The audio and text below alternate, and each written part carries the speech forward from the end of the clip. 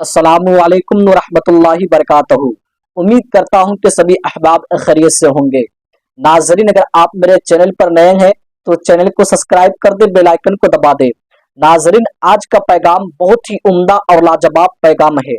मैंने सोचा कि सर्दियों का मौसम चल रहा है तो मैं नमाज के मुतालिक कुछ मसला आपके सामने पेश कर दूं ताकि हमारी नमाज सही तरीके से हो जाए।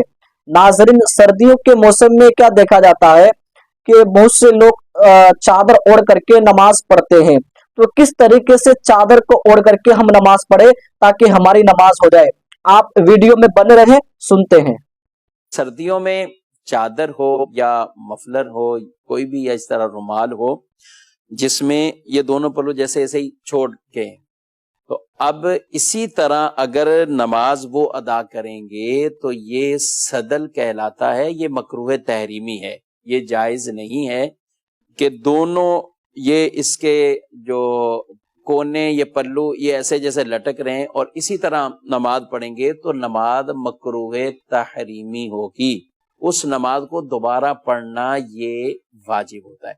हाँ, अगर इसी तरह चादर या रुमाल या कोई भी हो उसको आप यूं कर लेते हैं तो अब इसमें बचत की सूरत है और नमाज हो जाएगी।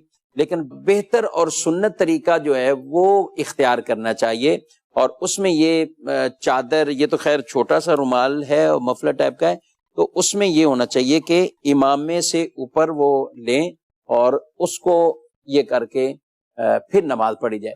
लेकिन ये वाला जो अंदाज मैं जो अर्ज कर रहा हूं इसमें भी कोई एहतमाम से होना चाहिए। जैसे अभी मैं कर रहा हूं तो ये तो भी रुकू में जाऊंगा तो फिर जमील साहब ये दोबारा सदल हो जाएगा, वापसी सदल हो जाएगा और उसी तरह इसके कोने लटक जाएंगे।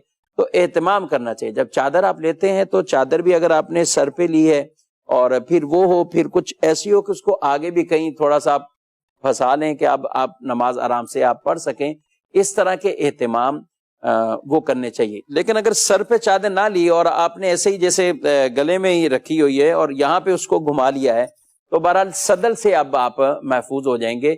और या पीछे की तरफ एक आप कोना आगे है और एक पीछे है तो भी नमाज हो जाएगी। लेकिन बेहतर बहरहाल वही अंदाज है कि जिसके अंदर कि सर के ऊपर भी वो हमारी चादर आ जाए। हदीस पाक में इरशाद फरमाया गया है कि अल्लाह उनकी तरफ नजर रहमत नहीं फरमाता जो अपनी चादरें, अपने इमामे अपनी चादरों को नीचे नहीं कर लेते। यानी उनकी चादरें ऊपर होनी चाहिए और इमामा उनका चादर के नीचे होना चाहिए। तो ये ज्यादा बेहतर अमल है।